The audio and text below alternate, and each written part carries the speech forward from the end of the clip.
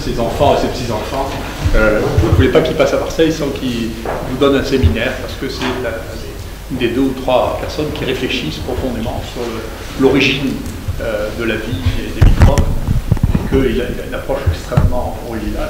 Bien souvent, on ne soit pas d'accord, ceci ne nous empêche pas de travailler ensemble, mais il y a très peu de gens qui réfléchissent à 3 ou 4 personnes qui posent vraiment la question de savoir comment tout ça s'est fait dans le temps, et il est un de ceux-là. C'est très important pour les gens qui s'intéressent à l'évolution et aux microbes, tout ce que votre éclat dit. Merci Didier. En fait, aujourd'hui, je n'ai pas trop parlé d'origine de la vie, sauf les 3 dernières diapos, si vous avez la patience d'aller jusque-là. Comme j'ai déjà plusieurs fois fait des séminaires à Marseille, j'ai pas mal parlé des virus. Et bon, ceux d'entre vous qui me connaissent savent que je suis particulièrement passionné par les virus. Aujourd'hui, j'ai pensé faire un séminaire autour des vésicules extracellulaires membranaires. C'est une thématique sur laquelle on travaille essentiellement dans notre équipe à Orsay depuis maintenant une dizaine d'années. Petit à petit, on a monté un aspect de recherche de cette thématique qui était jusqu'à présent assez peu connue et qui est encore assez ignorée. Par exemple, dans les bouquins de microbio, en général, je ne parle pratiquement pas de ce phénomène de la production de vésicules membranaires par les bactéries, mais également en laboratoire par les eucaryotes ou les archées. Voilà, c'est pour ça que j'ai appelé des agents cellulaires universels dont le rôle multiple commence seulement à être apprécié. Donc je vous parlerai tout d'abord, je ferai une petite revue sur ces vésicules dans les 3 domaines du vivant. Ensuite, je vous parlerai des recherches qu'on a fait à Orsay là-dessus ces 2 dernières années. J'insisterai un petit peu sur un nouveau concept qu'on essaie de mettre en avant, celui de vésicule virale. Puis je vous parlerai un peu des recherches qu'on a entamées et que l'on va essayer de développer dans les années qui viennent grâce à des contrats. Et effectivement, comme je vous le disais, à la fin, tout à fait à la fin, mais très vite, un petit mot sur ces membranes et éventuellement l'origine de certains virus. Alors ces vésicules membranaires produites par les cellules, elles ont souvent, pendant très longtemps, été considérées comme des artefacts de microscopie électronique. En gros, les gens pensaient que c'était essentiellement des fragments de membrane qui étaient venant de cellules lysées qui se recircularisaient pour former des vésicules. Et là, beaucoup de gens ne s'y intéressaient pas, c'est considéré un petit peu comme des poussières, etc. Alors ça a changé ces dernières années, et ça se traduit entre autres par la création en 2011 d'une société internationale pour l'étude des vésicules extracellulaires. En 2012, par l'apparition de 2 journaux consacrés entièrement à ces vésicules, dont un journal qui est plus axé sur celles produites par les eucaryotes, exosomes et microvésicules. Là, vous avez des microvésicules produits par une cellule eucaryote. Vous voyez que ça ressemble beaucoup à des virions. Si on présente cette photo à un biologiste, en général, il dit ça, c'est des rétrovirus éventuellement. Non, c'est des microvésicules produits par cette cellule.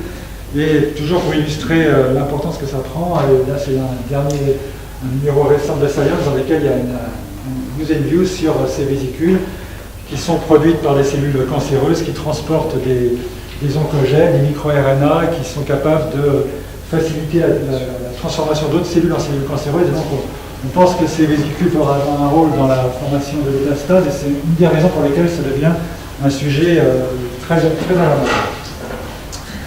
Alors comme je vous l'ai dit, ces vésicules sont produites, en fait c'est un phénomène universel, toutes les cellules pratiquement produisent des vésicules, qu'il s'agisse des bactéries, d'archées ou d'eucaryotes. J'y reviendrai tout à fait à la fin pour dire qu'on entend plus sans doute que Lucas produisait des vésicules. Donc on va commencer bien sûr par les eucaryotes, puisque nous sommes des eucaryotes. Ils produisent des vésicules, on voit ici une cellule humaine qui produit des ectosomes. Ces vésicules sont, en fait chez les eucaryotes on distingue essentiellement deux types de vésicules, celles qui sont produites directement par bourgeonnement de la membrane cytoplasmique, donc qu'on appelle soit ectosomes, microparticules, il y a pas mal de noms, et puis les endosomes qui sont produites à l'intérieur des cellules dans des corps multivésiculaires bodies et qui sont ensuite libérés sous forme d'exosomes. Alors cette production de vésicules, elle est en relation bien sûr avec tout le trafic intracellulaire des vésicules chez les eucaryotes, trafic qui lui a été très étudié, donc les vésicules intracellulaires ont été très étudiées. C'est pour ça que maintenant on met l'accent aussi sur les vésicules extracellulaires. Là on voit, donc il y a plein de mécanismes à l'origine de ces vésicules, je ne vais pas du tout entrer dans les détails, simplement je vais signaler ici là, ces protéines qu'on appelle escorte, dont ce complexe ici escorte 3 et cette ATPase VPS4 qui joue un rôle important dans la formation de ces vésicules chez les eucaryotes. Je les mentionne parce qu'on trouve chez les archées des homologues de ces protéines, et vous savez que je ne suis particulièrement intéressé par les archées. Donc on a trouvé d'être au courant et on va reparler un petit peu de ces produits. Alors, étant intéressé par les virus, on a déjà vu que chez les eucaryotes, certaines de ces vésicules ressemblent à des virions. Et en fait, cette ressemblance n'a pas échappé à pas mal de gens. Et ça, c'est une revue, par exemple, qui est sortie en 2011, Exosome et rétrovirus, Chicken or the Egg. Donc il y a des hypothèses selon lesquelles les exosomes pourraient être à l'origine des rétrovirus, ou inversement, que les rétrovirus pourraient être à l'origine d'exosomes. Et en tout cas, c'est assez clair que les mécanismes de production des virions et des rétrovirus sont apparentés à ceux de production des exosomes. Entre autres, dans les deux cas, par exemple, c'est toujours encore ces protéines S.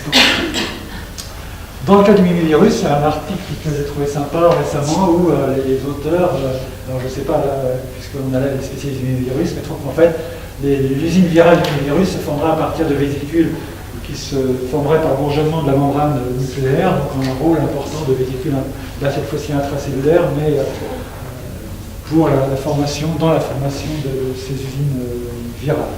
Didier me dira ce qu'il pense de cet article éventuellement.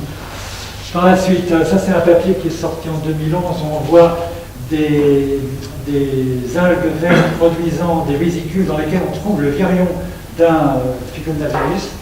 Donc dans ce cas-là, on a des vésicules qui transportent carrément un virion. Donc on a à la fois des vésicules qui ressemblent à des virions, on a aussi des vésicules qui transportent des virions et des vésicules qui peuvent former des usines virales. Donc il y a cette connexion qu'on va retrouver plusieurs fois entre virus et vésicules qui sont particulièrement intéressantes. Donc voilà pour les eucaryotes. Pour les bactéries produisent également des vésicules. Donc voilà, une photo de bactéries produisant des vésicules. Celle-là est assez intéressante parce que c'est une photo qui a été prise dans un biofilm dans la nature, donc ce n'est pas simplement un phénomène de laboratoire. Toutes les bactéries produisent des vésicules. Ce phénomène, en fait, est connu depuis longtemps, depuis les années 80. L'un des auteurs qui a le plus travaillé là-dessus, c'est Beveridge, un Américain qui est un spécialiste des membranes bactériennes, qui a beaucoup publié sur ce sujet, qui est décédé malheureusement il y a quelques années maintenant. Ces vésicules, elles sont souvent appelées outer membrane vésicules parce qu'elles sont en général formées par un bourgeonnement de la membrane externe des protéobactéries et donc elles contiennent essentiellement du matériel provenant du périplasme. Ceci dit, récemment, il y a un papier qui est sorti dans lequel les auteurs mettent en évidence deux types de vésicules chez les bactéries, donc des vésicules outer membrane vésicules et des vésicules comprenant à la fois la membrane externe et une membrane interne, donc contenant également du matériel cytoplasmique. Alors, ce phénomène a été progressivement étudié par un nombre de plus en plus grand de laboratoires et il apparaît aujourd'hui que les bactéries pathogènes en particulier produisent des vésicules qui peuvent contenir des toxines. On s'était pas mal posé la question dans le cas de toxines de molécules de current sensing qui sont hydrophobes, comment des molécules hydrophobes pouvaient être transportées d'une bactérie à l'autre. Et en fait, ces vésicules peuvent être un moyen justement de transporter ces molécules hydrophobes. Il y a eu un papier dans quelques années, je crois que c'était dans Nature, où les auteurs avaient montré que certaines bactéries pouvaient produire des vésicules qui transportaient à la fois des antibiotiques et des toxines, à la fois des toxines. En fait, c'était la même chose dans ce cas-là, puisque c'était des toxines contre d'autres bactéries. Donc des antibiotiques et des molécules de current sensing. Et lorsque ces vésicules fusionnaient avec des bactéries de la même espèce, elles étaient résistantes à l'antibiotique, mais elles recevaient l'information du current sensing. Par contre, si c'était une fusion avec une bactérie d'une autre espèce, éventuellement ça tuait cette bactérie. Donc on avait des vésicules qui servaient à la fois de communication à l'intérieur de la même espèce et d'armes dans la lutte entre les différentes espèces. Alors on a aussi des vésicules intracellulaires chez certaines bactéries. Là, par exemple les Phantomyces qui ont une membrane intracellulaire qui dans certains cas peut former quasiment une sorte de noyau, donc comme dans le cas des Gemata, où on voit qu'on a ce pseudo-noyau formé par une invagination de la membrane interne, et puis des vésicules à l'intérieur du parésoplasme de ces bestioles. Récemment, il a été montré que des bactéries pouvaient également communiquer entre elles par des structures de type nanotube ou nanopode. Il y a un papier dans Cell ici en 2011, je ne sais pas s'il s'utilise, et un autre papier dans lequel sont envoyés ces nanopodes ici en confine, qui contiennent en fait des vésicules, donc ils peuvent être aussi des systèmes pour faire voyager des vésicules entre bactéries. Alors chez les archées produisent également des vésicules. Le premier travail, en fait, c'est David Promé-Julie, que certains d'entre vous connaissent bien, qui a le premier publié en 2000 un papier dans lequel il observait des vésicules produites par Sulfolobus afataricus j'y reviendrai, qui contiennent également des toxines. Dans le cas des Ignicoccus, qui est une crène archée avec une double membrane, c'est une des rares archées qui a une double membrane, eh bien un peu comme chez Planctoniciens, on observe la production de vésicules au niveau de la membrane cytoplasmique qui s'accumulent dans le cytoplasme. Et ces vésicules servent, semble-t-il, pour la communication entre cette archée, Ignicoccus, et la nanoarchée, qui est une petite archée qui vient en symbiose sur la grosse. Donc ça, c'est une euryarchée qui vient en symbiose sur cette crène archée. Et il y a énormément de transport de matériel entre les deux. Par exemple, les lipides, cette nanoarchée n'a pas de gène de synthèse des lipides. Donc tous ces lipides de sa membrane sont récupérés à partir de l'Ignicoccus. Et on pense donc qu'ils pourraient être transportés par ces vésicules. Alors, je vous ai parlé de ces vésicules produites par sulfolobus. David Prangeschwili avait montré qu'elles contenaient des toxines qu'il avait appelées des sulfolobicines. Donc, lorsque vous mettez une goutte de vésicule sur un tapis de sulfolobus sur boîte, vous voyez une plage de lise en fait. Plus récemment, Arnold Driesen au Danemark, dans son équipe, ils ont réussi à identifier les gènes codant cette toxine. C'est assez sympa, je trouve. Ils ont sur GLSDS séparé les protéines de ces vésicules et mis sur boîte les différentes bandes. Et vous voyez ici la bande 1 correspond à cette plage de lise. Et donc à partir de là, ils ont identifié les protéines responsables de la toxicité. Ils ont identifié les gènes. Le même groupe, en analysant les protéines présentes dans ces vésicules, donc là vous avez les protéines des vésicules par rapport aux protéines membranaires, vous voyez qu'il y a un enrichissement à certaines protéines, ont mis en évidence les homologues justement de ces protéines escortes des eucaryotes qui sont impliquées dans la formation chez les eucaryotes de certaines vésicules. Donc ça c'est un modèle qui a été proposé assez simpliste, mais pour la formation de vésicules chez ces archées avec donc, ces protéines homologues, les protéines escortes eucaryotes et la TPase VPS4 qui sert pour l'énergétique du système.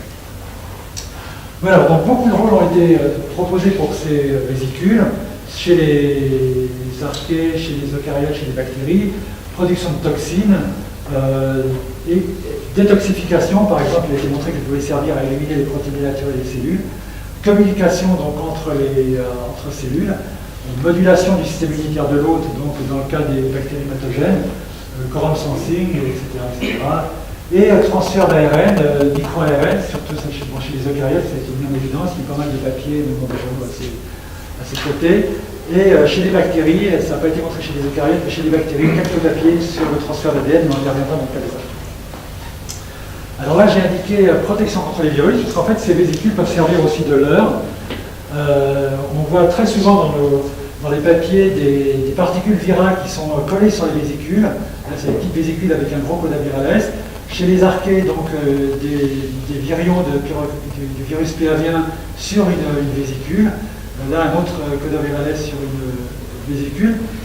Et en fait, il y a un papier qui est sorti dans le cas des bactéries où ils ont montré qu'effectivement, si on ajoute des vésicules au milieu, eh bien, on diminue l'infection virale, tout simplement parce que, tout bêtement, le virion se colle sur la vésicule et injecte l'ADN dans la vésicule, et du coup, c'est raté pour l'information virale, elle ne va pas pouvoir être, bien sûr, transmise. Donc ça peut servir de leurre contre les virus.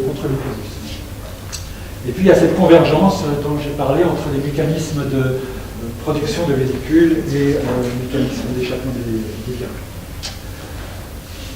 Voilà, donc, et puis il y a cette ressemblance quand même qui est frappante entre certaines vésicules. Donc là vous avez les vésicules de sulfolobus que je vous ai déjà montré.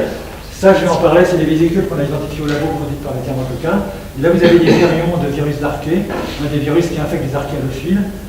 Ici, le virion de globurovirus isolé par David Prangeschwili qui infecte des bactéries thermophiles. Vous voyez que c'est très difficile de distinguer, en fait impossible, un virion d'une vésicule en microscopie électronique. Donc, pourquoi on s'est intéressé à ces vésicules? C'est essentiellement un travail qui a été fait dans l'équipe d'Orsay, donc j'étais responsable jusqu'à Noël. Maintenant, c'est Jacques Oberton, chercheur CNRS, qui a repris le flambeau, mais je travaille toujours avec lui. En fait, on cherchait à l'époque des virus infectant les thermococcales, qui sont des archées hyperthermophiles anaérobies.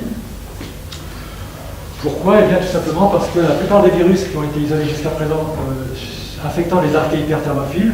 Tous ceux qui ont été isolés en particulier par David Pangojuli ont été isolés chez les Crenarchaeota, donc essentiellement les sulfolobales, quelques thermoprodiales. Et donc on voulait savoir si les virus affectant les thermococcales présentaient des virions aussi divers, en fait, puisque là on était dans l'autre grande branche des archées. Donc c'est une histoire qui remonte assez loin. Donc les thermococcales, les genres principaux sont Thermococcus et Pyrococcus, ont des températures de croissance entre 70 et 105 degrés, donc plus élevées que les sulfolobales. On les trouve dans les sources chaudes terrestres, mais également dans les sources chaudes sous-marines. Ce sont des hétérotrophs, ce sont parmi les archées hyperthermophiles anaérobies les plus faciles à étudier. Alors, c'est parti d'une campagne en 1999, donc Wolfram Zillig avait participé à cette campagne, et l'idée c'était qu'il nous aide pour les techniques d'isolement de virus. Evelyne Marguet, ma femme, descendue dans le sous-marin à ma place parce que je suis claustrophobe, donc rester 8 heures dans la petite boîte, là, ça m'allait pas trop malheureusement. Je raconte cette expédition là dans le bouquin Microbes de l'enfer, pour ceux qui seraient intéressés. Donc voilà, c'est une expédition qu'on a fait au large des côtes mexicaines. On a, à son retour, Evelyne a installé dans le labo donc, une plateforme de culture pour les hyperthermophiles anaérobies, donc pour isoler des nouvelles thermococcales avec l'idée de chercher des virus. On a isolé une 70 souches, bon, c'est une caractérisation rapide à l'époque en RAPD, et voilà la stratégie. Donc on a des échantillons, on isole. Alors on ne peut pas faire de tapis avec ces archées, contrairement à la sulfolobus. Donc là, si vous voyez, ce n'est pas un tapis d'archée, c'est un tapis de polysulfure. On fait un tapis de polysulfure. Et lorsque on a une colonie, lorsque la colonie se forme, elle dissout le polysulfure. Donc on voit en fait ce qui semble être une plage de lyse. Et quand on regarde à la binoculaire, au centre de la plage de lyse, on a la microcolonie d'archée qui pousse, et donc on la récupère pour obtenir une souche pure. Systématiquement, on regardait les souches qui contenaient des éléments extrachromosomiques en espérant qu'il s'agissait d'un génome de virus. Donc on voit un tiers des souches qui présentaient des éléments extrachromosomiques, simplement des gestions incohérentes comme ça, comme des bandes surnuméraires. Et lorsqu'on avait une souche candidate, on regardait en microscopie électronique pour voir si on voyait quelque chose ressemblant à un virion. À l'époque, je pensais que c'était un virus, maintenant je disais c'est un virion. Et on voyait ça et on disait chouette, génial, on a un virus. Donc on isolait l'ADN en espérant donc pouvoir caractériser le génome du virus. Voilà, en gradient de densité, on a des événements, donc là on était vraiment très contents. On digérait par les zones de restriction dans un premier temps pour voir un petit peu la taille du virus. Et raté, on avait une digestion caractéristique d'ADN génomique. Donc en fait, on avait de l'ADN génomique qui était associé à ces particules. Et ça se reproduisait régulièrement. On n'arrivait jamais à isoler vraiment un virus. Alors là, c'était le travail de thèse d'un étudiant, Nicolas Sonner, qui cherchait des expériments, donc du coup, des virus. Alors il avait quand même caractérisé les plasmides, mais au bout d'un moment, pour sa thèse, quand même, c'était un peu embêtant. Il dit s'il n'a pas de virus à présenter. Mais à force de trouver systématiquement, pratiquement dans toutes les cultures, ces structures qui ressemblaient à des virus, j'ai commencé à faire des bio. C'est là où j'ai découvert le peu de travaux qui étaient faits à l'époque sur les vésicules produites par les bactéries. Et où j'ai commencé à me dire, mais c'est peut-être intéressant, et peut-être que finalement, pour sa thèse, il peut étudier ces vésicules. Et donc on a publié ce papier en 2017 ou 2008 dans Research in Microbiology sur voilà, une grande diversité de ces vésicules selon les souches étudiées. Parfois même la même souche, on voyait plusieurs types de vésicules. Alors ce qui bien sûr nous était intéressant, c'est que dès le début on s'est aperçu qu'il y avait de l'ADN qui était associé à ces vésicules, donc de l'ADN génomique, mais on verra tout à l'heure aussi de l'ADN plasmidique. Et puis on s'était aperçu que ce qui était pas mal, c'est que là on travaille sur les hyperthermophiles. Donc si on met de l'ADN génomique nu après l'avoir purifié à 90 degrés, vous voyez qu'au bout de 5 minutes, l'ADN est dégradé. En fait, l'ADN se dénature, il devient simple brun à 90 degrés, et à 90 degrés, l'ADN simple brun est relativement fragile. On voit qu'il se dégrade. Alors que par contre, lorsqu'on mettait les vésicules avec l'ADN, eh bien là, vous voyez qu'au bout de 15 minutes à 90 degrés, si vous comparez la 5 minutes à 90 degrés, 15 minutes à 90 degrés, eh bien l'ADN était toujours présent. En fait, il n'avait pas été remis. Là, vous avez l'ADN libre, l'ADN dans les vésicules, l'ADN libre disparaît, l'ADN dans les vésicules était toujours présent. Donc on a commencé à se dire, c'est peut-être intéressant ça, parce qu'on sait qu'il y a des, j'y reviendrai plus tard, mais on sait qu'il y a des transferts de gènes dans les conditions de sources hydrothermales profondes, à haute température. Et ça c'est très bizarre parce que, y compris les transferts de gènes, par exemple, entre bactéries et archées, les virus d'archées ne peuvent pas infecter des bactéries et vice-versa. La transformation à 90 degrés, ça paraît difficile parce que l'ADN est immédiatement, comme on le voit, dégradé. Donc peut-être que ces vésicules jouent un rôle dans le transfert de gènes dans l'environnement. Donc voilà, on a commencé vraiment à s'intéresser à ces vésicules et en tout cas ça nous a permis de publier. Une autre chose qui nous a frappé, c'est qu'on avait commencé aussi à étudier la microscopie avec l'épifluorescence pour essayer d'identifier des souches produisant des virus. Donc on regardait si dans le surnageant des souches, on avait de l'épifluorescence avec des petits points qui leur appelaient des virus, etc., pour un petit peu trier nos souches. Et finalement, on s'apercevait que pratiquement toutes nos souches, dans le surnageant, on voyait de l'épifluorescence qui semblait être des virions. Et là, par exemple, Pyrococcus abscis, c'est une des souches modèles utilisées au laboratoire. On sait très bien qu'elle ne produit pas de virions, qu'il n'y a pas de virus intégré, qu'elle ne produit pas de virus. Et on voit que dans le surnageant, on a vraiment tout à fait ce qui ressemble à des virus en épifluorescence. Et en fait, c'était des vésicules produites par cette souche. Et là, quand on a regardé les vésicules purifiées en épifluorescence, on a des petits points par rapport aux cellules, donc des petits points. Donc on s'est dit, finalement, tous les papiers qui sont publiés dans Nature, Science et autres dans les années 90 pour quantifier les virus dans l'environnement, est-ce que c'est vraiment des virus ou est-ce que c'est des vésicules? Finalement, on n'en sait rien. On a publié ce papier en collaboration avec Hans Ackermann. Donc Ackermann, certains d'entre vous le connaissent peut-être, c'est vraiment le grand spécialiste de la microscopie électronique des phages, des bactérivirus. Et du coup, il recevait beaucoup d'échantillons de collègues de par le monde qui lui envoyaient des échantillons en disant on a des échantillons de phages, est-ce que vous pouvez regarder un microscope électronique pour nous envoyer des belles photos? Et donc il regardait ces échantillons et il voyait aucun phage dedans, mais uniquement des vésicules. Donc les gens avaient simplement regardé un épifluorescence, ils avaient compris qu'il y avait des phages et du coup, en fait, il n'y en avait pas. Donc du coup, on a fait un papier en commun là-dessus en disant attention, il y a peut-être une proportion de ces points lumineux qu'on voit dans l'environnement, c'est pas forcément des virus.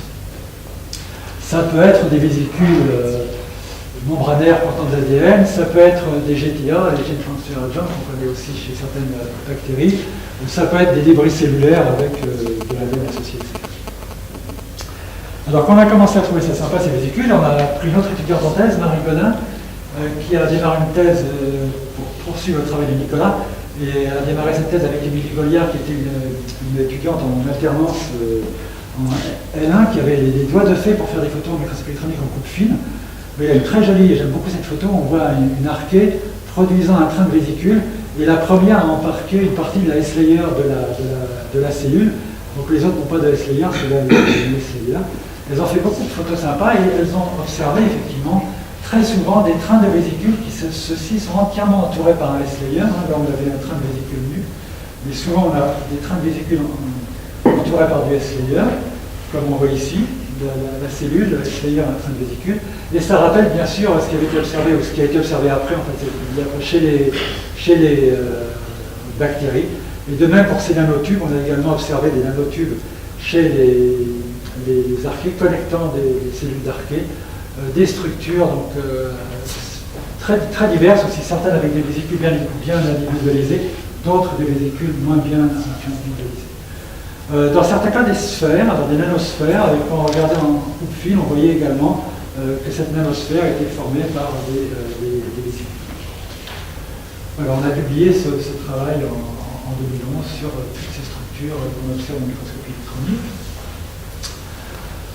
On a commencé à s'intéresser un petit peu au mécanisme de production de ces vésicules. Donc elles ont montré que ces vésicules étaient effectivement produites par bourgeonnement de la membrane cytoplasmique. Donc du coup, elles ressemblent pas mal aux ectosomes chez les eucaryotes, ou les microvésicules. Et effectivement, on a regardé la composition lipidique de ces vésicules par rapport aux membranes. Bon, ça, c'est pas très fantastique, puisqu'il n'y a pas tellement de lipides différents chez ces archées, mais en gros, on voit qu'on a une composition en lipides qui est semblable à celle de la membrane. Et surtout, quand on a regardé les protéines présentes dans ces vésicules, là, c'est par des gels SDS et en spectrophénométrie de masse, on a une grande majorité de protéines membranaires, donc c'est très clairement de la formation de vésicules par bourgeonnement à partir de la protéine membranaire. On a retrouvé parmi ces protéines un certain nombre. Parmi ces protéines, on a retrouvé un certain nombre de protéines. On a retrouvé un certain nombre de protéines qui avaient été trouvées par les Danois dans les vésicules de sulfolobus. Alors, on n'a pas retrouvé des protéines homologues aux escortes eucaryotes parce que ces protéines-là ne sont pas présentes chez les oryarchés. Elles sont présentes que chez les crânarchés, mais pas chez les oryarchés. On n'a pas ces protéines-là, les escortes 3. Par contre, on a les homologues de la protéine VPS4, donc la TPase, qui elle est présente à la fois chez les archées et les eucaryotes. La protéine la plus abondante, c'était cette protéine oligopeptide binding protein, OPPA, donc des protéines qui fixent qui font partie du système ABC transporteur et qui fixent les peptides.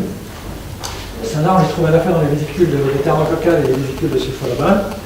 On voit ici sur des gels, c'est toujours la protéine ici majoritaire. Donc on s'est un peu intéressé à cette protéine, voilà, qui fixe les peptides. On s'est demandé à quoi est-ce qu'elle pourrait avoir un rôle particulier au niveau des vésicules, est-ce qu'elle pourrait servir à dégrader en fait les protéines de l'environnement pour produire des peptides qui ensuite étaient utilisés, on ne sait pas trop, ou à un rôle de signalisation. Ce que Marie a fait comme manip, c'est de faire pousser les thermococcales en milieu minimum, puisque en général on utilise des milieux riches, donc ce sont des hétérotrophes, donc il y a des protéines dans l'environnement, on peut imaginer que c'est des peptides, donc ces protéines servent à faire entrer les peptides. Donc on s'est dit, si on les fait pousser dans un milieu minimum, sans peptides, peut-être qu'on va avoir une répression de la synthèse de cette protéine.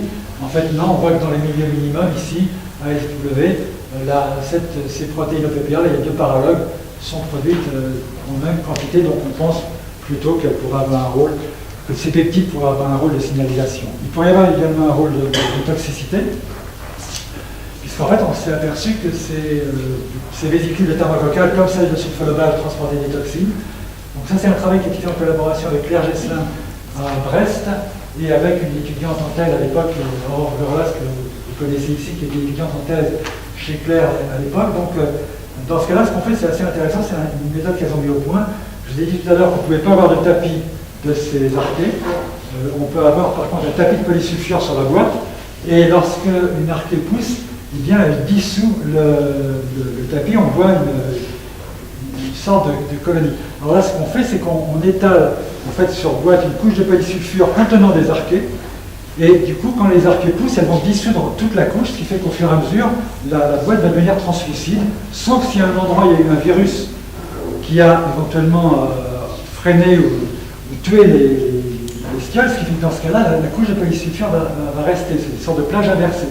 Donc quand on voit une tache plus sombre, ça veut dire qu'en fait là on avait mis un virus ou dans ce cas-là des vésicules. Donc là c'est des spots de vésicules produites par une souche qui s'appelle Thermococcus nautili maintenant, qu'on a isolé au laboratoire, donc on a baptisé d'après le nautile. Et bien on voit que si on met des gouttes de cette vésicule, préparation de vésicules de cette souche sur Thermococcus copacarensis ou Thermococcus siculi ou Thermococcus baropulus, bien on voit apparaître ces taches ici au bout de 16 heures. Par contre, sur d'autres souches, ça ne marche pas. Et là, au bout de 22 heures, on voit mieux, on voit vraiment que la boîte de pétri devient de plus en plus translucide, et du coup, les spots, là où on avait déposé une goutte de cellules contenant la toxine, deviennent beaucoup plus visibles. Donc ces vésicules contiennent des toxines. Pour le moment, on n'a pas encore identifié comment c'est composé. Parmi les autres protéines qu'on a trouvées intéressantes associées à ces vésicules, il y a les stomatines. Alors, pourquoi on l'a trouvé intéressante? Parce que les stomatines, ce sont des protéines qui appartiennent à une grande famille qui est de protéines universelles, en fait, que l'on trouve, universelles. On les trouve chez les archées des bactéries et des animaux. Le mimivirus, je crois aussi. Qui sont très très conservés entre les archées, bactéries et l'homme. Chez l'homme, il y a plusieurs paralogues, et certains paralogues ont été impliqués dans la formation de vésicules produites par les globules rouges. Ça, c'est des Japonais qui travaillent sur ces protéines, qui les ont cristallisées. On a commencé à collaborer avec eux et qui ont un modèle pour comment ces protéines pourraient être impliquées dans la formation de la courbure des des membranes bactériennes. Alors, toujours la thèse de Marie Godin, ce qu'elle a fait également, c'est qu'elle a commencé à regarder, vraiment elle a testé l'hypothèse est-ce que ces vésicules peuvent jouer un rôle dans les transferts de gènes. Donc, elle a pris alors, elle est partie en fait d'un plasmide navette qui est capable de se répliquer à la fois chez les bactéries et chez les thermococcales, qui lui-même a été préparé à partir d'un plasmide isolé par Nicolas Soler au labo, donc PT1, un plasmide de Thermococcus methyli, le numéro 1, là qu'il y en a 3, donc le PT1. C'est une équipe américaine de John Reeve aux États-Unis qui, à partir de ce plasmide qu'on lui a envoyé, a construit ce vecteur navette. Donc Marie a récupéré ce vecteur navette. Elle l'a incubé elle a transformé Thermococcus catecharensis, qui est maintenant la souche modèle pour la génétique des thermococcales, donc une souche naturellement transformable. Elle l'a transformé avec ce plasmide, isolé les vésicules produites par la souche, et à partir de ces vésicules, elle a pu montrer que le plasmide était présent dans les vésicules. Donc là, c'est le plasmide présent dans les vésicules, coupé par les zones de restriction qui lui permettent de dire que c'est bien le plasmide. Ensuite, elle a purifié les vésicules en question, donc contenant le plasmide. Elle les a incubées avec du Thermococcus catecharensis sans plasmide. Elle a montré que le plasmide était récupéré dans ces cellules. Ce qui veut dire donc qu'on peut, en fait, ces vésicules peuvent servir à du transfert de gènes, au moins entre souches, entre cellules de la même espèce. Alors, maintenant je voudrais parler de ce concept de vésicule virale qui je trouve assez intéressant. C'est à voir la suite des événements, mais je trouve que c'est un concept assez intéressant, sur lequel on est tombé toujours par hasard en étudiant ces vésicules et les vésicules de Thermococcus methyli, notre souche maintenant qui devient notre souche fétiche, qui produit des vésicules dans lesquelles on trouve les plasmides de cette souche. Donc là, vous avez des photos en microscopie électronique sur fond noir, où on voit des vésicules qu'on a fait exploser en NaCl1 molaire qui contiennent de l'ADN. Et lorsqu'on regarde en microscopie électronique l'ADN présent dans ces vésicules isolées, on voit que c'est de l'ADN plasmidique.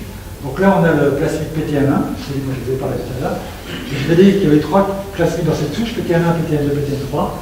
Et celui-là était trop. À l'époque, on connaissait les 2 premiers, PT1 et PT2. On avait séquencé, caractérisé, très intéressant par ailleurs. PT2 code pour une primase sur lequel on travaille aujourd'hui, Q15. Celui-là était trop grand pour être PT2. Donc on s'est dit qu'il devait y avoir un 3e plasmide. À l'époque, on n'avait pas le génome de la souche. Bon, ça, c'est une autre manip qu'on a fait, donc qui montrait bien ça. Là, vous avez donc l'ADN plasmidique de PT1 et PT2. Et là, l'ADN extrait des vésicules. Vous voyez bien PT1, il n'y a pas PT2, mais il y avait un autre élément ici. Alors, on a montré qu'effectivement, cet autre élément ne correspondait pas à PT2. Si on coupe PT2 par un machin, il est coupé, alors que le nouvel élément ici n'est pas coupé. Par contre, si on utilise une autre enzyme, donc XH1, on voit que XH1 ne coupe pas PT2, mais coupe le nouvel élément. Donc, il y a un 3e élément, il faut vraiment avoir sa séquence, on n'y arrivait pas, donc on a fait séquencer le génome pour pouvoir avoir la séquence du plasmide. Et donc voilà, parce qu'on pensait bien que ça correspondait à ce plasmide. Alors ce qui est marrant, c'est qu'il semble y avoir une incorporation sélective des plasmides dans les vésicules, puisqu'on a trouvé des vésicules avec PT1, avec celui-là qu'on appelle maintenant PT3, mais jamais avec PT2. Donc il y a une petite insertion sélective. Pour le moment, on ne comprend pas très bien. Alors là, on espérait à nouveau, finalement, quelque part avoir un virus, puisque on cherchait quand même toujours des virus. Alors on était très content aussi parce que quand on regardait la composition des vésicules de Notilly en gel SDS, c'est qu'on essayait par spectrographie de masse, spectrométrie de masse, on essayait d'identifier les bandes correspondantes à ces vésicules. Comme on n'avait pas à l'époque le génome de Notilly, on arrivait généralement à identifier les bandes d'un thermococcus dont on n'avait pas le génome grâce aux autres thermococcus dont on avait le génome, parce que les protéines sont souvent assez similaires, mais là on n'arrivait pas à les identifier. On disait, tiens, peut-être cette fois-ci on a vraiment un virus, ça expliquerait pourquoi on n'avait pas les identifier. Donc on a fait séquencer le génome. Voilà, on a séquencé, donc la souche on a caractérisé. C'est Aurore qui a caractérisé la souche chez nous, là, une fois qu'elle rejoint notre équipe. On a séquencé le génome et on a donc pu obtenir la séquence de ce troisième plasmide qui est présent dans les vésicules. Et là, quand on a analysé, alors, avec la séquence du génome, on s'est aperçu que la protéine majoritaire ici, c'était encore une fois la même protéine PPA. Donc, c'était pas une capside virale, donc, on avait donc bien affaire à des vésicules. Donc, c'était à nouveau des vésicules contenant un plasmide. Donc, ça, c'est un petit peu décevant quelque part, parce que c'est encore la même chose. Mais quand on a obtenu la séquence du plasmide en question, PTN3, là, ça devenait intéressant parce qu'en fait, c'était une séquence virale. C'est-à-dire que dans ce PTN3, on avait un gène codant pour une capside, mais pas n'importe quelle capside, hein, toujours la fameuse double viral fold, la fameuse capside présente chez le minivirus, chez les tectiviridés, chez les virus d'Arché, chez l'adénovirus, chez en fait, tous les megavirales. Donc, ce qu'on appelle parfois la lignée adénovirus PRD1. On avait la TPase de packaging de ce virus. Voilà, et puis une intégrase, une hélicase de type archéocardiate, etc. Donc on avait en fait un génome typique de virus, mais on ne trouvait absolument pas dans les préparations de vésicules de pseudo-virions, ça on ne voyait pas en microscopie électronique de virions caractéristiques de cette famille, et puis dans les analyses de protéines, on ne voyait pas de cette capside. Donc on en a compris qu'on avait affaire en fait vraiment à une vésicule membranaire, mais transportant un génome viral. D'où l'idée de ce concept de vésicule virale. Donc là, voilà, ça c'est le rappel de l'universalité de ces protéines de capside. Donc voilà, on a publié ce papier dans lequel on met en avant cette notion de vésicule virale, qui est intéressant parce que finalement, PTN3, c'est un... Alors, est-ce que c'est un organisme? Peut-être pas, mais il code pour une capside. Donc, comme avec Didier, on avait défini les virus comme des organismes codant pour une capside. Là, on a un plasmide qui code pour une capside. Donc, aujourd'hui, j'aime bien dire que les virus, c'est plutôt des organismes qui produisent des virions. C'est peut-être un peu plus général, on peut en parler avec Didier. Voilà, je préfère définir les virus maintenant comme des organismes produisant des virions et codant pour au moins une protéine composant de ces virions, pour éviter les confusions avec les virus qui ne produisent pas de virions. Donc là, on a quelque chose de différent finalement. Les GPA, par exemple, Gene Transfer Agent, c'est des capsides de virus qui transportent de l'ADN cellulaire. Là, on a une vésicule cellulaire qui transporte de l'ADN viral. Alors la question, c'est un petit peu, est-ce que c'est quelque chose de complètement particulier? Est-ce que c'est quelque chose finalement qui peut avoir un intérêt plus général, ou est-ce que c'est une observation comme ça, juste sur ce cas-ci? Alors en faisant la littérature, je n'ai pas trouvé grand-chose, j'ai juste trouvé un vieux papier des années 90 dans lesquels les auteurs qui travaillaient sur les vésicules membranaires bactériennes décrivaient des vésicules avec des fragments de phages, de codovirales. C'est tout. Alors, plus récemment, par contre, on est tombé par hasard sur quelque chose qui me paraît vraiment significatif. C'est en fait à la suite de la publication dans Science, début de l'année dernière, de ce papier par Biller et collaborateurs, dans lequel ils mettaient en évidence la présence de vésicules membranaires bactériennes dans l'océan. Donc ils ont fait un Science avec ça. Et donc ils ont d'abord, dans ce papier, ils ont d'abord montré que Prochlorococcus, qui est une des bactéries les plus abondantes dans l'océan, produit massivement au laboratoire des vésicules. Et ensuite ils ont été sur place, donc ils ont récupéré des échantillons de différentes régions de l'océan, et ils ont montré que ces échantillons contenaient des vésicules membranaires. Et donc, voilà, il y a pas mal de choses assez intéressantes dans ce papier. Quand même, ils ont montré qu'ils pouvaient nourrir certaines bactéries avec ces vésicules. Donc, ces vésicules pouvaient servir de nourriture aux bactéries. Donc, on trouvait que c'était un papier très sympa, sauf qu'ils ne nous citaient pas.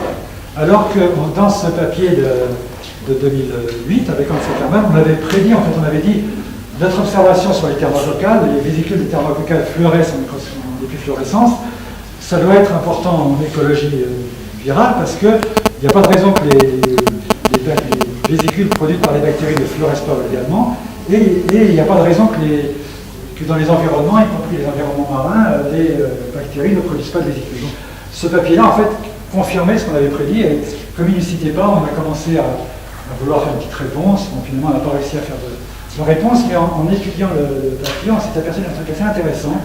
En fait, dans les vésicules qu'ils avaient isolées de l'environnement marin, ils avaient fait du séquençage d'ADN massif pour caractériser l'ADN présent dans ces vésicules, et ils avaient conclu que cet ADN était essentiellement de l'ADN bactérien. Donc, pour eux, ça collait bien, c'était bien des vésicules membranaires bactériennes. Et ils disaient vraiment que dans leurs échantillons, en microscopie électronique, ils voyaient très peu de particules virales. Ils voyaient très peu de particules. À la fin, c'est bien des virus, quoi. Comment? À la fin, c'est bien des virus. Ben alors, quand j'ai regardé le tableau, de ces protéines, ça c'est le début du tableau, il y en a beaucoup, mais ça c'est une protéine que je connaissais bien en fait, puisque c'est une protéine de réplication d'un plasmide d'Arché. ORF 904, c'est la protéine qui forme les pyramides que David Prouvé-Gilliatt vous montrait pour ceux qui ont assisté à ce séminaire. C'est la protéine des pyramides. Et puis vous avez ici les protéines des intégrases, donc des hélicases, des protéines typiques de plasmides virus. Là encore, ça c'était les protéines qui ressemblaient à des archées qu'ils avaient trouvées dans leur vésicule. Alors, j'ai suggéré à Marc Krupovic d'y regarder ça un peu plus près. Il a fait rapidement une analyse de toutes les protéines qui étaient présentes dans ce supplémentaire immatériel de leur papier de Science. Et en ayant une approche très conservative, il en a conclu, vous voyez, qu'environ, en fait, plus de 50% correspondaient soit à des protéines hypothétiques, et vous savez que quand les protéines hypothétiques, c'est souvent des protéines de virus plasmide, soit des protéines clairement de virus, soit des protéines virus ou plasmide. Et même dans les 50% ici de protéines cellulaires, il se peut qu'il y en ait certaines qui soient aussi des protéines virales. Puisque, alors, bien sûr, on peut se poser la question, est-ce que c'est pas simplement parce que les virus s'intègrent dans les génomes bactériens? Donc est-ce que c'est pas simplement, ce qu'on regarde, c'est bien des vésicules qui transportent du chromosome bactérien, mais simplement c'est des virus intégrés. Alors en fait, on avait fait il y a quelques années avec un étudiant du labo une analyse in silico un peu globale sur les génomes d'archées et de bactéries, et la conclusion c'était qu'en moyenne, c'est vraiment une moyenne, parce que ça variait. En moyenne, on avait 20% du génome qui pouvait être attribué à des éléments intégrés chez les bactéries et les archées, mais ça pouvait aller entre 5% et 80%, mais en moyenne 20%. Donc là, on voit que c'est nettement plus de 20%, c'est au moins 50% des protéines qui sembleraient avoir une origine virale ou plasmidique. Ce qui fait que notre conclusion à ce niveau-là, c'est que dans ces échantillons dans l'environnement, il y a certainement de vraies vésicules membranaires avec des ADN cellulaires bactériens. Il y a un petit peu de virions, hein, on voit quand même un petit peu, mais il y a aussi beaucoup de vésicules membranaires transportant des plasmides ou des génomes viraux. Donc, on a publié ça l'année dernière, et ce qu'on a écrit, par exemple, c'est que s'il y a un pourcentage significatif de vésicules membranaires présents dans les échantillons d'environnement correspondent en fait à ce qu'on appelle des vésicules membranaires virales ou plasmidiques, les plasmides et les virus, pour moi c'est la même chose à ce niveau-là, il est possible que ces vésicules virales présentent un moyen important et jusqu'à présent non reconnu de transfert de gènes dans l'environnement, donc pour aboutir au rhizome alors, une phrase que j'ai écrite également dans ce papier, qui me paraît importante, un des référés, vous voulez qu'on l'enlève, mais qu'on a laissé quand même, c'est qu'on pense finalement qu'il n'y a pas de raison que chez l'homme, les protéines infectées par les virus, alors il a été montré que les protéines infectées par les virus produisent des vésicules, et dans ces vésicules, on trouve des protéines virales, on trouve également des micro-RNA. Il y a plusieurs papiers qui sont sortis, hein, les cellules humaines infectées par l'herpès produisent. Il n'y a pas de raison finalement pour que les vésicules produites continuellement par les cellules humaines, lorsque ces cellules sont affectées par des virus à ARN ou à l'ADN, ne produisent pas de vésicules virales. Et finalement, ces vésicules virales elles vont échapper aux cellules immunitaires, et on s'est demandé là, est-ce que si les vésicules membranaires humaines transportent des génomes viraux, ça pourrait être quand même quelque chose d'important à vérifier, parce que effectivement, ça pourrait expliquer la transmission de virus, de génomes viraux, d'informations virales sans passer par le virion, et dans ce cas-là, ça permettrait au virus d'échapper au système immunitaire. Ça pourrait expliquer pourquoi dans certains cas il est très difficile de faire des vaccins contre certains virus. Voilà, c'est quoi de la spéculation de quelqu'un qui ne connaît rien ici, mais voilà, je pense, comme ça on se disait que ça pourrait être peut-être quelque chose d'intéressant. Et curieusement, alors ça n'a pas été regardé, là j'ai revu avant de venir faire le séminaire, j'ai fait un peu de biblio, ça c'est une revue récente qui est parue dans laquelle les auteurs parlent des vésicules membranaires qui sont exploitées par différents virus pour évader la réponse immunitaire de l'autre et contribuer à la dissémination des virus. Donc j'ai lu la revue et en fait il parle effectivement de la production de micro-RNA par les viraux, par des vésicules membranaires produits par les cellules infectées, de vésicules contenant des protéines virales, mais pas de vésicules contenant le gélome viral. Donc j'ai rien vu jusqu'à présent, mais je ne vois pas pourquoi ça n'existerait pas chez les eucaryotes et chez l'homme, donc de cellules infectées par des virus qui produiraient des vésicules transportant des génomes viraux qui doubleraient en fait les virus. Alors, rapidement nos recherches actuelles et futures sur les vésicules membranaires. Donc on a eu la chance d'avoir d'abord une ANR et plus récemment un ERC autour de ces histoires de vésicules, donc on a profité de l'effet de mode. Sur l'ANR qui s'appelle thermovésicule, donc j'ai recruté comme postdoc Aurore, que vous connaissez. C'est une collaboration avec Claire Gesselin à l'UBO. Juste là, ça c'est tout récent, j'ai récupéré ça d'Aurore juste avant de venir. Elle a réussi en cytométrie à isoler clairement les populations de vésicules ici par rapport aux cellules, deux populations de vésicules dans le cas de Thermococcus nautilii. On l'avait déjà vu en microscopie, en cryo, qu'il y avait deux populations de vésicules, et chaque population de vésicules a une quantité très différente d'ADN. Donc on pense qu'on va peut-être avoir des outils pour aller plus loin dans l'analyse de ces vésicules. Aurore, pendant sa thèse, elle avait découvert le premier virus infectant un Thermococcus, TPV1, donc chez Claire Gesselin, qui a infecté une souche qui s'appelle Thermococcus priori, que Aurore a nommé en hommage à Daniel Prieur, qui est le responsable du labo à Brest. Et du coup, elle aimait beaucoup cette souche, donc elle a commencé à regarder les vésicules produites par cette souche, parce qu'en fait, à Brest, ils avaient regardé que pour les virus. Ils avaient trouvé des virus, pas des vésicules, mais on ne trouvait pas de virus, on trouvait des vésicules. Ah, vous voyez que cette souche produit des trains de vésicules impressionnants. J'ai compté, il y en a une quarantaine. C'est assez impressionnant. Elle a, voilà, ici on voit la diversité aussi de ces vésicules, c'est assez étonnant. Et en regardant justement cette souche en cryo, elle a observé, alors, les deux photos précédentes, c'était des vésicules purifiés, et là en regardant directement les cellules, elle a vu des vésicules noires. C'est la première fois qu'on voyait les vésicules noires. Et elle ne les voit pas lorsqu'elle les purifie. Il semble que ces vésicules se forment, mais ils disparaissent dès qu'elles sont sorties de la cellule. Et on voit vraiment ici cette vésicule noire qui va au contact de la membrane initie la formation, donc l'entrée dans une vésicule. Puis ensuite elles disparaissent. Claire, Aurore les a étudiées en collaboration avec François Guyot au Muséum par EDX et ils ont montré qu'en fait c'était des vésicules de soufre. C'est des vésicules de soufre. Donc là, vous voyez, lorsqu'on analyse au niveau de la vésicule, on a un pic de soufre. Quand on regarde le cytoplasme de la cellule, on a plus ce pic. Et donc on pense que c'est une détoxification, un mécanisme de détoxification. Alors normalement on met du soufre dans les milieux de culture, mais on peut cultiver les cellules en cystéine comme apport de soufre. Et dans ce cas-là, eh bien, on voit que ces vésicules disparaissent. Là, c'est une première sous-culture dans un milieu en présence de cystéine. On va, au lieu d'avoir un grand nombre de vésicules, comme ici, vous voyez, ici. Vous voyez que là, vous avez beaucoup de vésicules par cellule.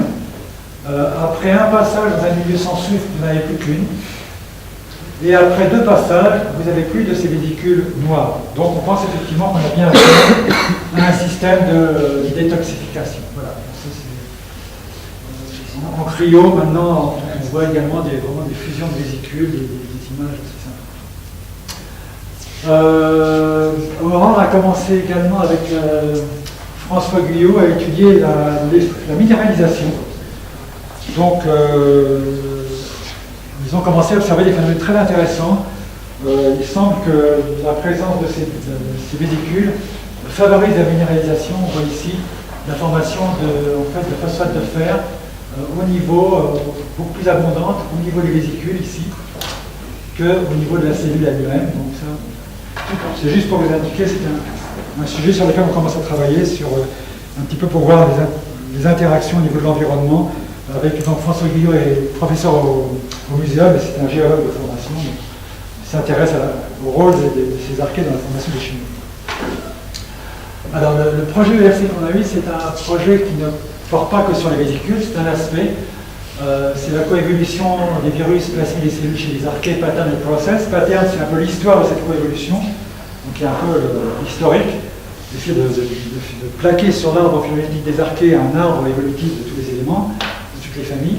Mais l'aspect process, là c'est vraiment ce que j'ai dit tout à l'heure. Est-ce que ces vésicules pourraient jouer un rôle dans les transferts de gènes entre espèces éloignées? Et puis également, on veut étudier plus en détail le mécanisme de production de ces vésicules. Donc pour le mécanisme de production des vésicules, oui c'est ça, je vais trop vite. Pour le mécanisme de production des vésicules,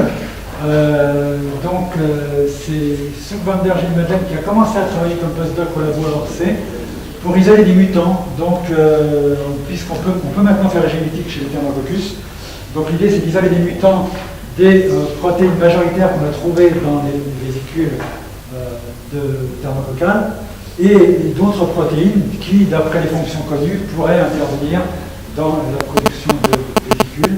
Et Morgan Gaillac, que certains d'entre vous connaissent, puisqu'il est ici dans le labo, lui va travailler à Pasteur sur les vésicules de sulfolobus, donc reprendre le travail sur sulfolobus, également avec un aspect génétique, un petit peu le même travail que Soutine et en parallèle sur sulfolobus, mais également en collaboration avec les gens de l'équipe de David pour les interactions entre ces vésicules et ces virus. Et avec Marc Krupovic qui étudie en particulier la production de virus en forme de virions en forme de citron qui ont une enveloppe lipidique donc qui ressemble un peu à des vésicules. Alors je vous ai parlé du transfert de gènes. Ce qu'on aimerait vraiment voir, mais ça c'est un petit peu un challenge, est-ce que ces vésicules pourraient expliquer les transferts de gènes qui ont eu lieu entre archées et bactéries dans les sources chaudes hydrothermales? On sait que ces transferts ont eu lieu grâce à la génomique comparée. Là, c'est un seul exemple, une phylogénie d'une protéine de pyromaltose. On voit, on a en rouge ici les thermococcales, ici en bleu les bactéries, les thermotogales. On voit ici que deux thermococcales qui ont récupéré, ils ont remplacé leur protéine de thermococcale par une protéine de thermotogale. Donc il y a vraiment, on sait, ça c'est juste un exemple, mais il y a beaucoup d'exemples, on sait qu'il y a eu des transferts de gènes entre bactéries et archées dans ces sources chaudes hydrothermales et on ne comprend pas très bien comment. Donc on a commencé, alors ça on a vraiment juste commencé à cultiver ensemble les thermatogas et les thermococcus, donc bactéries et archées. Et c'est assez sympa parce qu'elles ont des formes très différentes, donc elles sont très faciles à reconnaître en microscopie électronique, aux mêmes optiques, puisque là on a des bacilles avec à l'extrémité ce qu'on appelle la toge, d'où leur nom thermotoga, la toge thermique. En fait c'est la membrane externe, ce sont des didermes, et la membrane externe aux deux extrémités en fait se décolle de la membrane cytoplasmique pour former un grand espace périplasmique, alors que là on a affaire à des coques. Donc on les a fait pousser ensemble et ce qu'on espérait quelque part, on espérait voir des trains de vésicules provenant de thermococcus qui auraient été s'insérer dans les thermotogas. C'est pas du tout ce qu'on a observé. On a observé des choses très bizarres, absolument spectaculaires. Et là, voilà, c'est un travail qui a été fait par Evelyne Marguet avec la femme de Marc Krupovic, que vous avez vu l'année dernière, Virginia. Là, on a vu des thermotogas qui lancent des pilis pour attraper des thermococcus. On ne sait pas s'ils passent au travers. Et là, on a quand même un thermococcus qui est comme des banderilles, comme si la version des banderilles. Et puis là, il y a son train de vésicule. On n'a jamais vu un train de vésicule agripper un thermotoga. Par contre, là, c'est vraiment ce qui me fascine. On a vu des thermotogas qui attrapent des thermococcus avec leur toge. Alors, est-ce que c'est juste par hasard? Mais là, c'est vraiment impressionnant, je trouve. On a le thermotoga, la toge, et la toge qui se transforme en main, on a l'impression, pour attraper une archée. Donc, on ne sait pas trop encore comment on va continuer ce travail, mais c'est vraiment. Alors voilà, les 3 dernières diapos, donc juste les vésicules membranaires et l'origine des virus. Alors, bien sûr, comme je vous l'ai dit au départ, étant donné que cette production de vésicules membranaires est un phénomène universel, ça veut très certainement dire que Lucas produisait déjà des vésicules. Et de mon point de vue, je pense que bien avant Lucas, bon, les cellules des différents âges du monde ARN, je pense en fait que la production de vésicules est une sorte de phénomène, un byproduct de la formation de la division cellulaire, de l'augmentation de la taille d'une cellule et de la formation de son enveloppe. Je pense que c'est un phénomène qui doit avoir une base physique assez générale et qui ensuite a été récupéré au cours de l'évolution, bien sûr, qui a été utilisé. Donc on peut imaginer que c'est un phénomène très ancien. Alors, il y a un papier qui est sorti en 2008 par un jeune chercheur lituanien qui s'intéresse beaucoup à l'origine des virus, qui a imaginé, donc en fait, au tout début de la vie, là ce serait une cellule ARN, donc avec une molécule d'ARN qui se divise, et la cellule produit une vésicule, et contenant de l'ARN, et là on a une vésicule, ou une cellule sans ARN. En fait, l'idée c'est qu'au départ, ces vésicules c'était un moyen pour les molécules d'ARN primitives ou pré-ARN d'envahir un nombre de plus en plus grand de vésicules. Alors, ça pourquoi pas, mais personnellement, je pense qu'il n'y a vraiment pas un lien directement entre ça et le virus actuel, puisque là, on est à une époque où il n'y avait pas encore de protéines.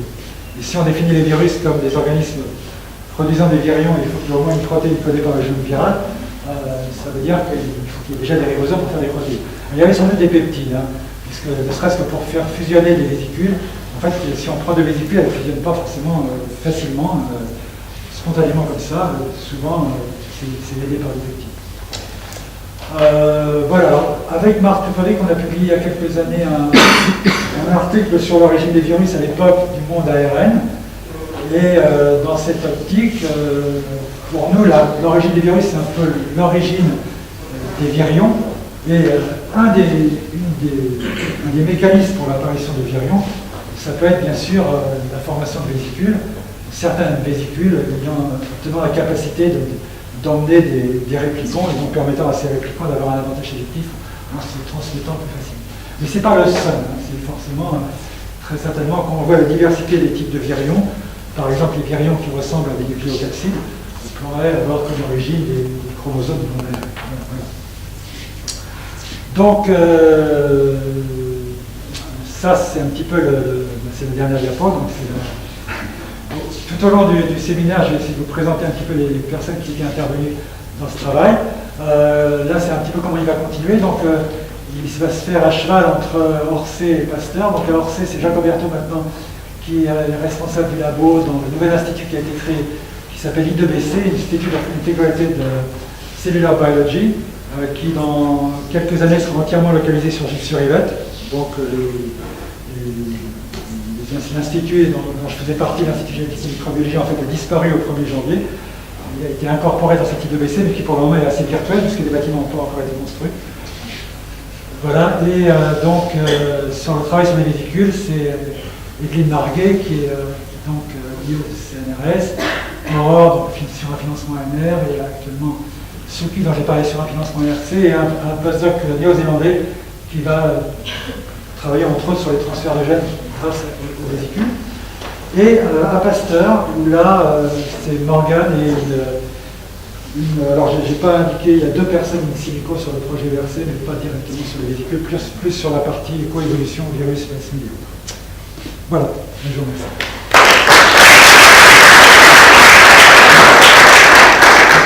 Tu ne crois pas que la chose qui m'étonne le plus, c'est qu'effectivement tu es des génomes viraux qui soient capables de faire des capsides et qui nous fassent pareil. Tu ne crois pas que c'est une question de dose? Peut-être. Alors là, on ne sait pas du tout pour le moment, parce que quand on regarde au niveau du génome, au niveau du plasmide, il n'y a rien d'évident en termes d'effectifs.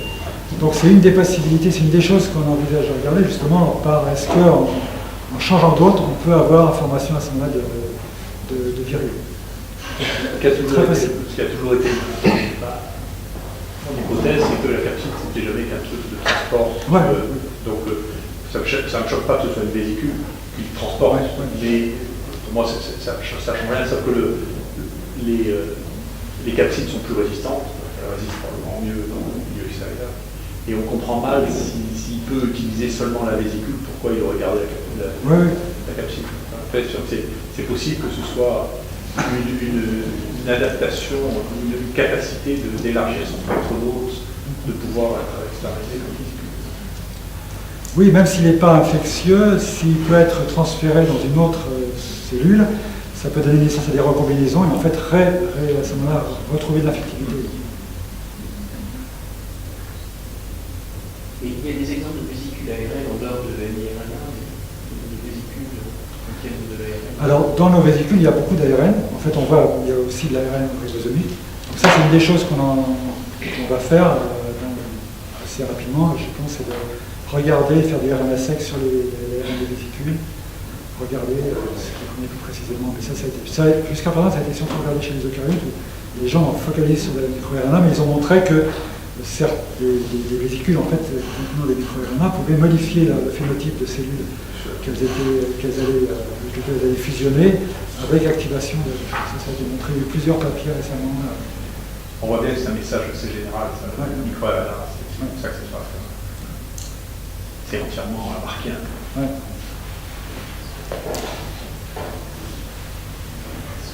Au niveau, j'ai une question plutôt au niveau du fax et de la détection par fax de véhicules, vous descendez jusqu'à combien de nanomètres? Alors ça c'est 100 nanomètres, une microvéhicule, ça peut être plus.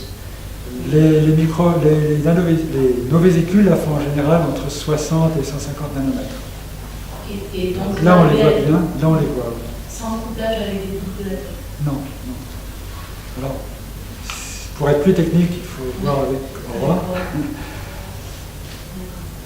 Et donc quand vous les isolez, ces vésicules, à partir du super agent, vous faites uniquement des centrilles différentielles, des ultracentrilles, ou vous arrivez à faire un gradient de sucrose? On n'a jamais réussi vraiment bien en gradient de sucrose, on a fait essentiellement des centrifugations différentielles, parfois des césiums. Alors, on a essayé de la filtration, mais ça marche très mal parce qu'elle colle sur les filtres, ça a beaucoup de problèmes. On a beaucoup de problèmes avec certaines souches où les vésicules sont souvent groupées en amas avec du matériel sans doute un peu sucre, et là on a du coup pas mal de problèmes. Donc c'est pas complètement évident d'avoir On espère, la prochaine étape, ce serait d'essayer de pouvoir purifier ces vésicules à partir de l'acéto de façon comme ça. Ça n'était pas du tout évident parce qu'au début rien ne marchait avec l'acéto, ça demandait pas mal de temps. D'autant plus qu'on n'a pas accès, en fait c'est un service commun à la GIF et on n'a pas accès, on va avoir accès une fois par mois en gros à l'acéto. C'était pas assez évident. Elle s'est bien débrouillée là pour arriver à notre. Au niveau de ces vésicules, est-ce que vous pensez qu'on peut arriver à une utilisation thérapeutique et également à travailler sur la spécificité? Je sais qu'il y a des gens qui regardent ça au niveau vaccin, puisque limite ça peut justement des bactéries pathogènes qui produisent ces vésicules, utiliser les vésicules, etc. comme vaccin. Je sais que ça existe. Moi je ne suis pas au point au niveau des vidéos à ce niveau-là. Je ne peux pas vous dire. Je ne peux pas vous répondre vraiment, mais je sais qu'il y a des gens qui y pensent et qu'il y a des papiers. Vous avez montré que vous arriviez à transformer, je crois, les vésicules. Est-ce que vous pouvez arriver à mettre ce que vous voulez dedans, ou c'est tout simplement de petites particules, de petites molécules, il y a une limite quand même? Ce qu'on a mis dedans, là, c'est un plasmide qui fait 7 ou 8 kb. Donc on n'a pas regardé vraiment jusqu'à quelle taille. Mais l'ADN que l'on a dans ces vésicules, en moyenne, fait 20 kb. Quand on regarde l'ADN cellulaire, on a un panel avec une moyenne autour de 20 kb. On ne sait pas jusqu'à quelle taille on pourrait. Il y a des conditions qui stimulent la production des vésicules? Alors, chez les bactéries, en général, il y a pas mal de gens qui ont regardé ça et qui trouvent qu'elles sont stimulées en phase stationnaire. Nous, jusqu'à présent, on avait pas mal de problèmes pour les quantifier vraiment la production de vésicules, entre autres avec ces histoires justement d'efficacité additive, etc. Donc, ce qu'on espère, c'est peut-être avec l'acéto d'arriver à pouvoir quantifier de façon un peu plus précise pour pouvoir répondre à ce genre de questions.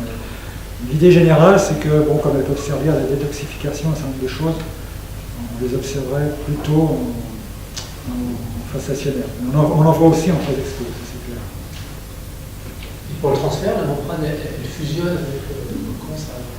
Non, c'est pas très bien, mais c'est assez intéressant chez les archées, parce qu'en fait, dans les modèles de fusion, les gens, quand ils font des modèles de fusion, c'est toujours avec la double couche, les couches lipidiques qui s'ouvrent.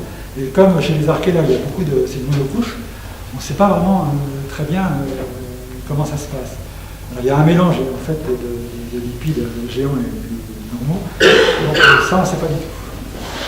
Et là, on n'a pas vraiment d'idée. Donc, il y a beaucoup de choses qui sont encore assez rudimentaires par rapport à ces travaux.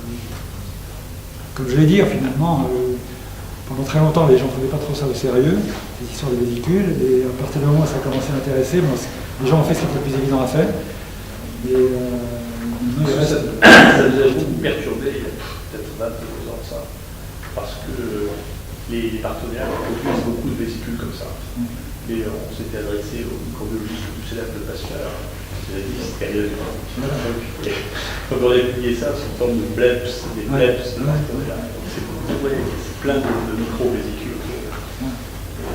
Et le sens d'observation a un peu perdu de sa valeur il y a quelques années. Oui, alors qu'en fait, ça peut, bon, apparemment, c'est dans les relations hôtes pathogènes, aussi bien entre bactéries pathogènes et cellules eucaryotes, ça semble avoir un rôle très important. Et c'est en plus de ça, ça a beaucoup de sens, si tu veux, si c'est en phase stationnaire, parce que je pense que ça peut être un des radiosystèmes de l'information génétique. C'est-à-dire que si tu es plus susceptible de te multiplier, que tu arrives à disperser ton information pour pas la perdre, c'est probablement quelque chose qui a eu un sens dans l'évolution. Je pense que ça a un sens. Mais c'est vrai, à Pasteur, pour le moment, personne n'étudie ces vésicules. Je dis déjà à l'époque, personne. Alors que c'est vrai que c'est quelque chose qui est maintenant de plus en plus pris. Et là, vous parliez d'aspergillome, mais vous parliez des bactéries qui sont extracellulaires ou intracellulaires? Parce qu'une bactérie intracellulaire, nous on travaille sur un parasite et ça fait la même chose, en fait ça sécrète des exosomes. Et une bactérie intracellulaire peut aussi tout aussi bien sécréter ces vésicules à l'intérieur de la cellule qui elle-même sécrète ce que l'on montre des exosomes qui contiennent en fait du matériel génétique ou du matériel protéique.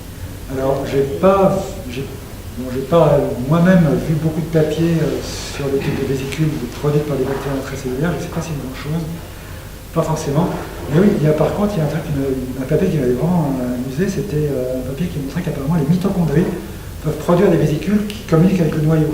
Il y a un moyen de communication entre mitochondries et noyau, donc en fait, c'est bien un moyen de communication entre bactéries et sûrement, parce que dans les intracellulaires, quelque chose qu'on n'a jamais bien compris, c'est qu'il y a un certain nombre d'intracellulaires qui viennent se coller sur la mitochondrie, et donc peuvent communiquer d'une manière ou d'une autre avec la mitochondrie. Mais on voit bien, je ne sais pas si tu qui ont été, effectivement, c'est probablement pas surprenant, parce que les mitochondries sont sont des mosaïques très complexes. On voit que les intracellulaires ont continué à échanger des séquences avec les mitochondries. Donc ça a continué, il n'y a pas eu un événement mitochondrie, ça a continué à... Dans l'évolution, on parle toujours de tous ces gènes de mitochondries qui ont été transférés dans le noyau. Mais en fait, on n'explique jamais comment l'ADN est passé de la mitochondrie vers le noyau. Mais moi, ça m'a frappé parce que c'est vrai que dans tous les bouquins de bactériaux pour les équinomotes, on ne parle jamais de ces vésicules. C'est un truc qui est complètement passé à la trappe. Je pense que ça va peut-être venir, mais c'est vrai que c'était quelque chose. Très bien, merci encore.